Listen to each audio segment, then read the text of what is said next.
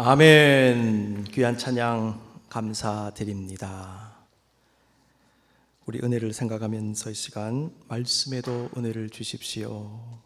성령님 함께 주시옵소서. 잠시 기도하겠습니다. 주님, 참 번잡한 생각들, 복잡한 생각들이 참 많았습니다. 우리의 마음 비워주십시오. 고요한 가운데 임재하시는 성령님의 세미한 음성을 듣고 영이 깨어나게 하시고 우리의 존재와 삶이 바뀌어지게 하옵소서. 주님 아니면 말씀을 전할 수 없는 자입니다. 오늘 또 성령으로 감화감동하시고 하나님만 나타나 주옵소서. 다 맡겨드리며 감사하옵고 예수 그리스도 이름으로 기도하옵나이다. 아멘.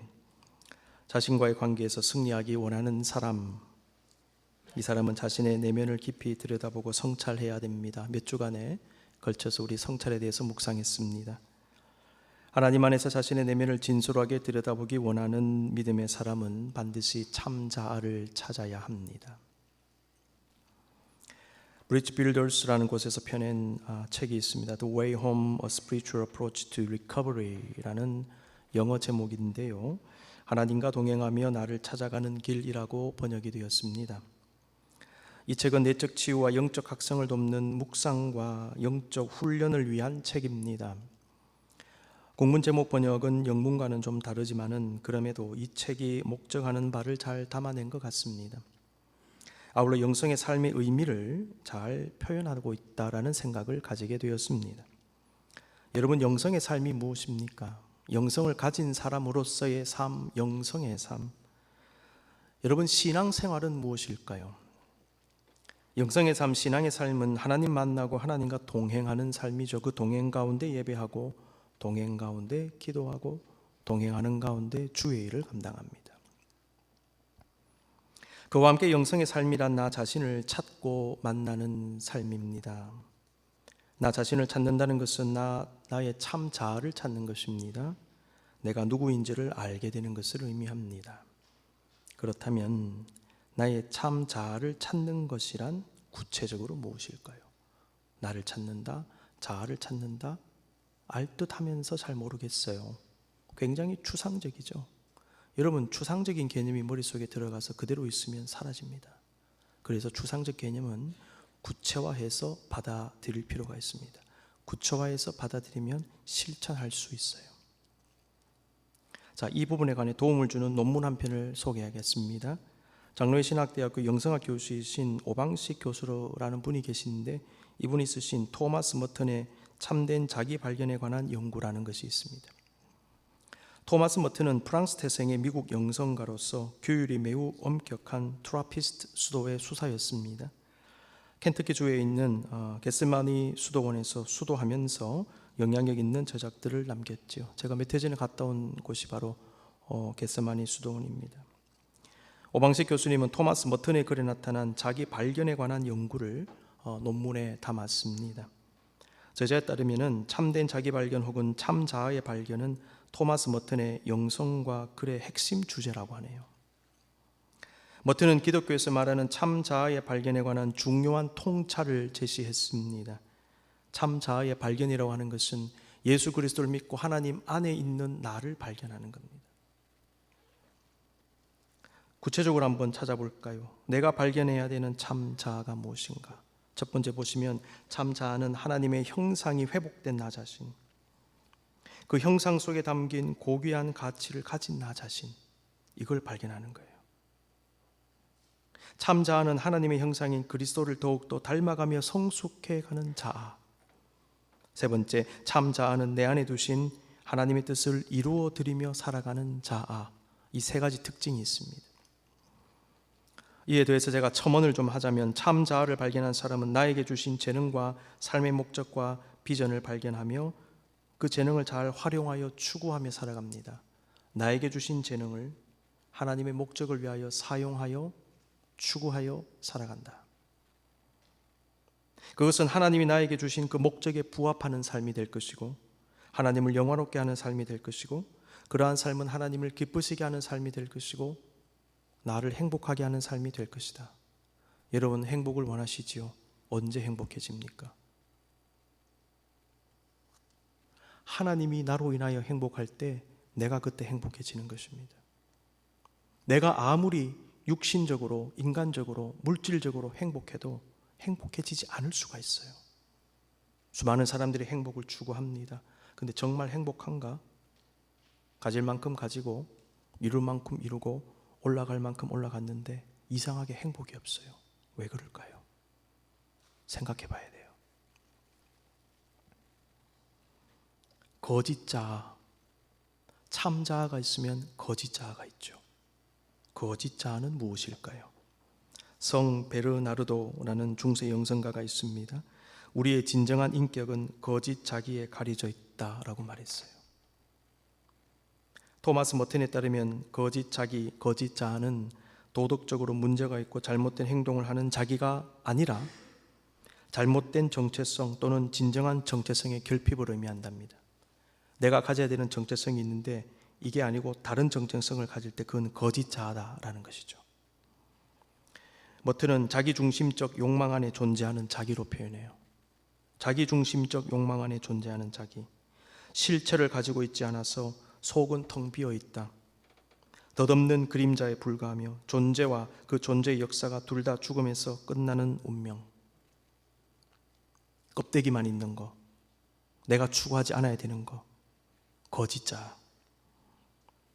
거짓자는 죄악된 자, 하나님께서 기뻐하시지 않는 자, 하나님과 함께 할 수 없는 자아가 될 수밖에 없습니다. 하나님께서 나에게 가지라고 하는 자아가 있는데 이 자아 외에 다른 자아를 가지게 되면 하나님의 뜻에 벗어날 수밖에 없잖아요.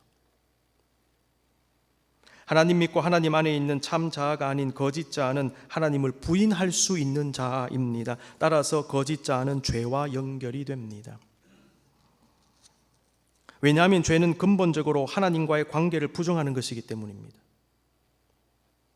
죄는 하나님과의 관계를 부정할 뿐만 아니라 그 관계를 깹니다. 따라서 거짓 자아와 죄는 연결됩니다. 거짓 자아는 하나님의 영역 밖에서 자신의 삶을 추구합니다. 하나님의 영역 밖에서. 거짓 자아는 허구적 인격으로서 피상적인 것을 추구해요. 피상적인 게 뭡니까? 본질은 사라지고 겉껍데기만 추구한다는 얘기입니다. 뭔가 추구하고 뭔가 하는 것 같고요, 뭔가 이루는 것 같은데 내용이 없어요. 껍데기만 남아 있습니다. 이게 피상적 삶입니다. 한다고 하는데 땀은 흘렸는데 나중에 지나보면요 공허해집니다. 피상적인 삶은. 거짓 자아는 비본질적인 것, 금방 사라지는 것, 눈에 보이는 것, 물질적인 것을 우선적으로 추구하고 거기 매달립니다. 다시 말해서 정말 가치 있는 것을 발견하지 못했기 때문에 스스로 가치가 있다고 여기는 무가치한 것들에 매달리는 거죠. 정말 가치 있는 것을 발견하는 사람은 가치 있는 것을 붙잡습니다. 그런데 가치와 무가치를 분간하지 못하면 무가치한 것에 가치를 부여하고 그것을 잡아요. 나중에 보면요 무가치한 거예요. 뷔페 식당에 갔는데 맛있는 것, 비싼 것, 고급 요리도 있고 빵도 있고 감자 삶은 것도 있고 배가 엄청 고프죠. 들어가서 감자 삶은 것 엄청 먹고 밥을 엄청 퍼와서 먹고 빵을 그냥 엄청나게 먹고 아 좋다 배부르다 했는데 뒤에 가보니까 사시미가 있네.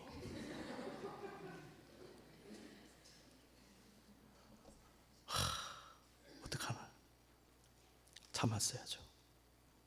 진짜 좋은 것을 위하여. 많은 인생들이 그렇게 살아갑니다. 분간을 못하는 거예요. 진짜 가치 있는 거, 그걸 잡아야 되는 것인데. 거짓 자는 정치, 경제, 문화와 예술과 또는 일반 사회생활 등 세속에서 끊임없는 자기 성취를 추구합니다. 자기 성취 추구하는 것 잘못된 것입니까? 성취해야 됩니다. 문제가 뭐냐면 목적이죠. 거짓 자아로 자기 성취를 추구하는 사람은 하나님이 아니라 자기 자신을 목적으로 삼습니다. 거짓 자아는 사람의 승인과 존경을 얻기 위해 움직입니다. 거짓 자아는 허구적이며 근본적 본질을 갖지 못하기 때문에 말씀드린 대로 사라지고 죽음으로 끝난다는 것이죠. 그래서 피상적입니다. 개인적입니다. 그림자 같습니다. 연기 같습니다. 상상적입니다. 망상적입니다. 사소한 자아로 끝나버려요. 거짓자는 바깥으로 보여지는 것에 굉장히 집착하는 경향이 있습니다. 사람들의 평가에 굉장히 민감합니다. 거짓자는 자기가 정말 누구인가에 대한 질문을 던지지 않습니다. 나라는 주체와 나 자신이 정말 살고 이루어야 하는 삶에 대해서는 모릅니다. 열심히 하는데 내가 정말 이걸 왜 하지? 무엇을 위해 하지?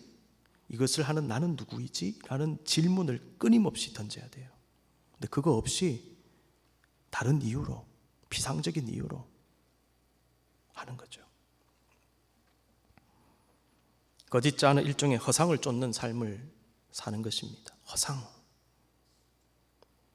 보이는데 보이지 않고, 잡을 수 있을 것 같은데 잡히지 않는 무지개를 쫓아가는 삶을 삽니다.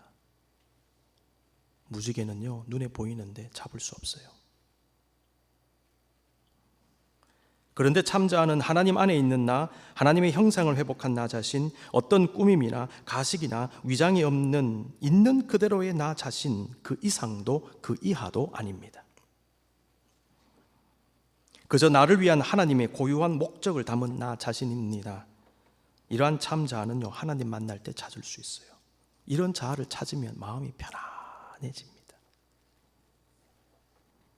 오늘 본문에 나오는 예수님의 제자들은 참 자아를 발견한 사람들로 나옵니다. 예수님은 갈릴리 호수에서 베드로와 안드레가 바다에 그물 던지는 것을 보셨는데 그들에게 나를 따라오라, 내가 너희를 사람을 낚는 어부가 되게 하리라 하셨어요. 사람을 낚는 어부는 제자들이 찾은 참 자아로 볼 수 있습니다. 우리는 물고기를 낚는 사람으로 알았는데 주님은 사람을 낚는 어부라고 하시거든요. 자기 인식에 대한 전환이 지금 일어나고 있습니다. 제자들의 모습을 보면 참 자아를 발견한 사람들의 특징을 그대로 가지고 있습니다. 말씀드렸죠. 회복된, 하나님의 형상이 회복된 나, 그리고 회복된 그 형상이 증진되어진다. 예수님 닮아가는 나, 그리고 하나님의 뜻을 이루어가는 나, 이 세 가지 특징이 있는데 제자들에게 그대로 나타납니다. 주님 만나고 참 자아를 찾기 시작한 제자들은 주님의 마음을 품고 주님의 길을 따라가야 했습니다. 나를 따라오라, 그냥 졸졸 따라오라는 얘기입니까? 아니에요. 내가 가는 길을 너희도 가야 된다. 내가 사는 삶을 너희도 살아야 한다. 그 말이죠. 예수님의 산상수훈의 말씀, 마태복음 5장에서 7장까지 말씀, 그리스도의 길을 따르는 제자들 어떠한 삶을 살아야 할 것인지에 관한 삶에 관한 말씀입니다. 그리스도의 제자들은 세상의 복이 아니라 하나님의 팔복을 추구해야 됩니다. 복도 종류가 많습니다. 하나님이 말씀하시는 팔복이 있어요. 행위의 죄악뿐만 아니라 마음의 죄악도 저지르지 않기 위해 애써야 됩니다. 음욕을 품으면 가늠한 것이다. 마음의 죄악이다. 오른편 뺨을 치면 왼편도 돌려대야 됩니다. 억지로 오리를 가게 하면 그 사람과 심리를 동행해야 됩니다. 쉽지 않습니다. 원수까지 사랑하고 자신을 박해하는 자를 위하여 기도해야 됩니다. 쉽지 않습니다. 이런 모습은 바로 예수님의 모습 그 자체가 아니겠습니까? 예수님은 자신을 만나고 믿는 자들, 그리고 주님 안에서 자신의 참된 자아를 발견한 자들은 그리스도의 형상을 회복한 자들인데 그 형상대로 더욱 성숙해 가기를 원하셨던 것입니다. 나를 따라오라. 아울러 예수님은 사람을 낚는 어부라는 자아를 발견한 제자들이 세상 끝까지 나아가 주의 복음 전파하고 모든 민족으로 제자를 삼으라고 하셨습니다. 사람을 낚는 어부가 되게 하리라. 주의 뜻을 수행한다는 것이지요. 갈릴리 호수에 나가서 물고기를 잡아서 배에 담던 사람들이었습니다. 이제는 세상으로 나가서 사람들을 구원의 방주에 담는 사람이 되었습니다. 자신의 생계를 유지하기 위해, 돈을 벌기 위해 물고기를 잡던 사람들이었습니다. 이제는 하나님의 구원의 역사를 위하여, 하나님의 나라와 의를 위하여 사람을 낚는 사람들이 되었습니다. 12 제자 중 대부분이 예수님처럼 순교로 생을 마감했습니다. 나를 따라오라, 예수님의 죽음의 자리까지 따라간 사람들.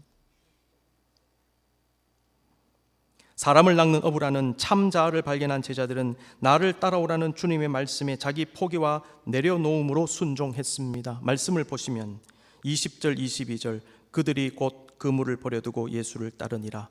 잘라서 읽어보십시오. 곧 그물을 버려두고 예수를 따르니라. 즉각적 순종. 두 번째, 그물을 버려두고 세 번째, 따라가는 거예요. 그물을 버려두지 않으면 따라갈 수 없었어요. 그렇구나. 예수님 진정으로 따라가기 위해서는 내가 버려야 할 그물이 있구나. 22절 마찬가지입니다. 그들이 곧 배와 아버지를 버려두고 예수를 따르니라. 포기와 내려놓음이 없으면 참된 순종, 예수님을 따름은 불가능하다. 많은 사람들이 자기 그물에 묶여 있습니다. 많은 사람들이 예수의 배를 타지 않고 자기 배에 타 있어요. 그러니까 예수님이 타신 배를 못 타는 거예요. 참자아를 발견한 사람들은 자신을 위해 살지 않고 주를 위해 삽니다. 자신의 욕망과 목적 성취가 아니라 주님의 거룩한 발행과 비전을 이루어 드리기 위해 삽니다. 그래서 자신과 자신의 가진 것을 내려놓고 주님을 따르게 되는 것이지요. 제자들이 배와 그물을 내려놓았다고 하는 것은 자신들의 욕망을 이루는 수단들을 내려놓았다는 점에서 굉장히 중요한 의미가 있습니다. 사도 바울 역시 참된 자아를 발견한 믿음의 사람이었습니다. 주님은 바울이 교회를 핍박하기 위해 다메섹으로 가고 있을 때 그를 직접 만나셨습니다. 회심시키셨습니다. 하나님은 아나니아에게 바울을 도우라고 하시면서 바울에 대해서 말씀하셨어요. 그는 택한 나의 그릇이다. 택한 나의 그릇이다. 바울은 하나님이신 주 예수 그리스도를 만났을 뿐만 아니라 자신이 하나님이 택하신 그릇임을 알았습니다. 이게 뭡니까? 새로운 자아를 찾은 거예요. 참된 자아. 아, 나는 하나님이 택하신 그릇이었구나. 선택받은 그릇인 바울은 자신이 율법이 아니라 믿음으로 구원받았음을 깨달았죠. 성령으로 중생했죠. 하나님의 형상 회복됐죠. 그 형상이 나날이 발전되어지고 장성해 가야 된다는 사실을 알았습니다. 그래서 에베소 말씀에서 그리스도의 장성한 분량까지 자라가야 된다, 이런 말씀을 쓸 수 있었던 것입니다. 참된 자아는 그리스도를 닮아가야 된다. 참된 자아는 그리스도를 위하여 자신을 버리고 하나님의 뜻을 이룰 수 있어야 한다. 그래서 내려놓음과 자기 포기를 통한 순종을 실천한 것입니다. 그는 자신의 모든 기득권을 내려놓았습니다. 모든 것을 배설물로까지 취급했습니다. 바울은 가진 것이 많았기에 포기가 쉽지 않았을 거예요. 여러분, 사람이 가진 것이 많으면 포기하기가 쉽잖아요. 높이 올라갈수록요, 내려오기가 힘듭니다. 가진 게 많죠. 포기가 어려워요. 그래서 힘들어집니다. 아브라함에게서도 모세에게서도 구약의 선지자들에게서도 주의 길을 걸어가기 위해 내려놓고 포기할 수밖에 없었다는 그 사실 깨닫게 됩니다. 참된 자아를 찾아 그 자아가 걸어가야 할 길을 온전히 가는 것은 결코 쉽지 않습니다. 제자들이 너희는 사람을 낚는 어부가 되게 하리라, 그 말씀 듣고 따라가기는 갔는데 예수님 따르는 동안 얼마나 방황하고 왔다 갔다 했는지 몰라요. 예를 들어보면 어느 날 야고보와 요한이 예수님께 와서 주의 영광 중에서 우리를 하나는 주의 우편에 하나는 좌편에 앉게 하여 주시옵소서. 정치 권력을 잘 달라는 얘기였어요. 예수님이 왕으로 오실 거니까 우리는 좌의정, 정의정, 총리 자리, 장관 자리 하나 해야 되지 않겠습니까? 그때 예수님이 이렇게 말씀하셨죠. 너희는 너희가 구하는 것을 알지 못하는도다. 제자들의 문제는 주님과 함께 하면서도 주님의 부르심을 받고 주님을 따른다고 하면서도 거짓 자아가 쫓는 허상을 잡으려고 한 것입니다. 신앙생활 하면서도 거짓 자아가 쫓는 허상을 쫓는 성도가 될 수 있습니다. 우리도 여전히 참된 자아와 거짓 자아 사이에 혼돈을 일으키고 방황하고 갈등하기도 하지요. 우리 역시 잘못된 목표와 허상을 쫓아가기도 합니다. 여러분의 인생의 목표가 무엇입니까? 참자아를 찾은 사람은 하나님 안에서 하나님의 목적을 추구하는 삶을 삽니다. 그러한 삶은 직업의 종류와 사회적 지위의 높고 낮음과 돈이 많고 적음과 학력이 높고 낮음 등등 우리의 육신적 조건이나 형편과 전혀 상관이 없습니다. 참자아는 나의 삶의 자리에서 하나님 안에서의 꾸밈 없고 가식 없고 위장되어지지 않는 나의 있는 모습 그대로 살아가는 것입니다. 하나님이 창조하신 회복된 믿음의 사람이 나 자체로 나의 삶을 살아가는 사람은 다른 사람들을 보고 거기에 나를 맞추는 것이 아니라 하나님을 보고 하나님의 형상과 목적에 나를 맞춥니다. 참자아를 찾은 사람은 남들을 부러워하며 남들을 따라 사는 것이 아니라 나 본연의 삶, 주님께서 나에게 주신 선물과 상황과 능력과 재능과 재원을 누리며 감사하며 만족하며 살아갑니다. 참 자아로 나로 살아가는 사람은 남을 부러워하지도 않습니다. 남을 시기하고 질투도 하지 않습니다. 참 자아로 살아가는 사람은 인간적으로 생각해서 내가 남들보다 나아 보인다고 생각하며 우월감 갖지 않습니다. 왜냐하면 나아 보이는 그것은요, 허상일 수 있기 때문이에요. 도대체 뭐가 낫습니까? 뭐가 더 좋아 보입니까? 정말 좋은 것입니까? 정말 나은 것입니까?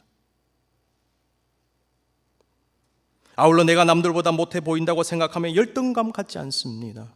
도대체 뭐가 나아 보이지 않습니까? 그건 역시 허상일 수 있습니다.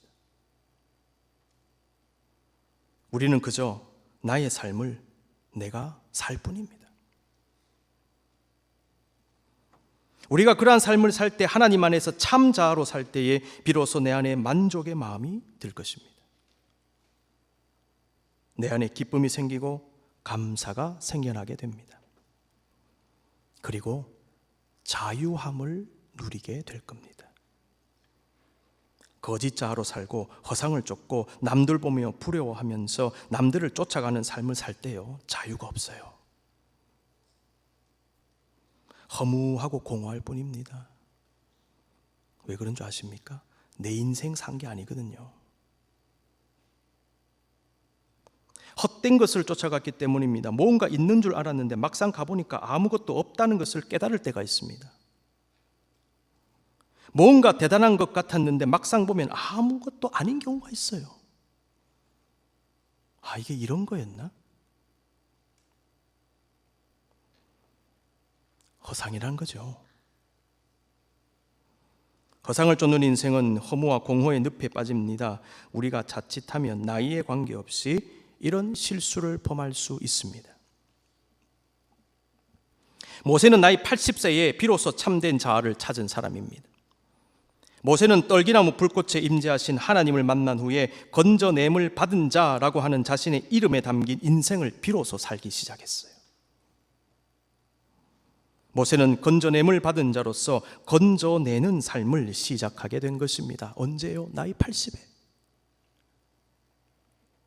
모세의 마지막 40년은 그의 참된 자아를 실현하는 삶, 진정한 자신의 인생을 살았던 기간으로 볼 수 있습니다. 연세대학교에서 경영학과 교수로 섬기시는 정동일 교수라는 분이 계시는데, 참된 나를 찾아라, 진정성 리더십이 온다라는 글을 쓰셨더라고요. 진정성 리더십이 무엇입니까? 카리스마 있는 리더십 보여주기 위해서 배우가 무대에서 연극하는 것과 같은 조작되고 과장된 리더십이 아니라 리더 자신의 있는 모습 그대로에서 나오는 리더십을 얘기한답니다.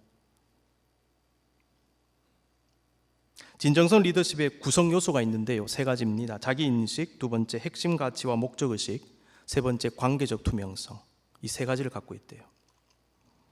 진정성 리더십은 명확한 자기인식을 바탕으로 확고한 가치와 원칙을 세우고 투명한 관계를 바탕으로 해서 내적 자아와 private self와 외적 자아와 public self 간의 간극을 최소화한다. 무슨 얘기입니까? 겉다르고 속다르지 않다는 거예요. 겉으로는 뭐 이렇게 얘기하는데 속을 보니까 다른 생각하고 있다. 이게 투명하지 않다는 것이죠. 이중적이죠. 이런 리더십이 아니다는 것입니다. 겉과 속이 일치하는. 진정성 있는 리더는 자신에 대한 성찰을 통해 진정한 나를 발견합니다. 나의 핵심 가치와 리더십 원칙을 명확히 해서 지속적으로 실천한다. 이런 얘기를 했어요. 진정성 있는 리더십의 내용의 핵심은 자기 발견. 제가 계속 자기 발견 얘기하잖아요. 가져야 되는 가치와 목적 가지기, 하나님의 뜻 우리가 얘기했죠. 안과 밖이 일치함으로 삶의 진정성 보이는 사람, 믿는 대로 행하는 사람, 말한 대로 실천하는 사람, 내면으로 확실히 믿고 겉으로 실천하는 사람, 관계적 투명성 있는 사람. 진정성 리더십의 개념에 담긴 의미를 제가 묵상해 보니까 참 자아를 찾아 그 자아로 살아가는 믿음과 영성의 여정의 의미와 연결되더라고요. 참 자아를 발견한 믿음의 사람은 진정성 있는 성도라고 말할 수 있겠습니다. 여러분, 혼돈의 시대 속에서 많은 이들이 내가 누군지 헷갈려 합니다. 우리 역시 참자와 거짓자 사이를 오가면서 방황하며 허상을 좇는 삶을 살고 있지는 않습니까? 죄악되고 타락한 시대의 많은 이들이 하나님의 형상대로 살고 그리스도의 모습을 더욱 닮아가지 못하고 세속에 물들고 정욕과 욕심의 노예가 되어 살고 있습니다. 우리는 그리스도의 형상을 드러내며 작은 예수의 모습으로 지금 살고 있습니까? 가치 상실과 목적 상실의 시대에 많은 이들이 무엇을 위해 살아야 하는지, 무엇을 추구해야 되는지를 모르고 있습니다. 지금 저와 여러분의 삶의 목표, 저와 여러분의 인생의 표대는 무엇입니까? 눈을 한번 감아 보십시다. 이 시간 우리 자신을 보기 원합니다. 여러분 사시면서 정말 참 자아를 찾으셨는지요? 여러분이 누굽니까? 나는 어떤 존재입니까? 내 안에 두신 고유한 하나님의 재능과 목적과 비전을 발견하십니까? 내 안에 두신 하나님의 회복된 형상이 날이 갈수록 장성해 가고 있습니까? 내 안에 두신 그 뜻을 이루는 삶입니까? 아니면 나의 육신적인 뜻을 이루는 삶입니까? 혹시 여러분 허상을 쫓고 있지는 않습니까? 깊이 묵상해 보십시다. 참 자아를 발견한 사람들은 제자들처럼 버려두고 예수님을 따릅니다. 나를 드린다는 거죠. 나를 온전히 드립니다. 내가 가진 것도, 나의 인생도, 나의 재능도 내가 아니라 주님께 온전히 드립니다. 주님과 함께 걸어가는 삶, 주님께 나를 던지는 삶을 살 것입니다. 어떤 부러움도 어떤 시기질투도 없습니다. 편안한 마음으로, 자유의 마음으로 나로서 주님과 함께 살아갈 것입니다. 잠시 이 문제를 가지고 우리 묵상하고 기도하겠습니다.